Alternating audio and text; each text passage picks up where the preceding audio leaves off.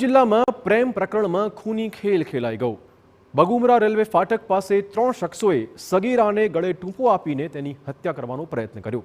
ગળે ટૂંપો આપ્યા બાદ સગીરાના ગળા પર તીક્ષ્ણ હથિયારથી ઘા ઝીંકીને આરોપી ફરાર થઈ ગયા હતા। રેલવે ફાટક નજીક ઇજાગ્રસ્ત સ્થિતિમાં સગીરાને જોઈને રેલવે કર્મચારીએ તાત્કાલિક એમ્બ્યુલન્સને ફોન કર્યો અને સગીરાનો જીવ બચાવ્યો। આ ઘટનાના થોડા જ કલાકોમાં પોલીસે એક કિશોર સહિત 3 આરોપી પકડી પણ પાડ્યા છે। આરોપીની પૂછપરછમાં ખુલાસો થયો છે કે સગીરા મૂળ યુપીની વતની હતી। આરોપી ચંદન સાથે રહેતી હતી। સગીરાએ ચંદન સાથે લગ્નની જીદ કરતા આરોપી ચંદને પોતાના મિત્રો સાથે મળીને સગીરાની હત્યાનો પ્લાન ઘડ્યો હતો, પરંતુ રેલવેના કર્મચારીની સતર્કતાના કારણે સગીરાનો જીવ બચી ગયો છે। પોલીસે આરોપીની વધુ પૂછપરછ શરૂ કરી છે।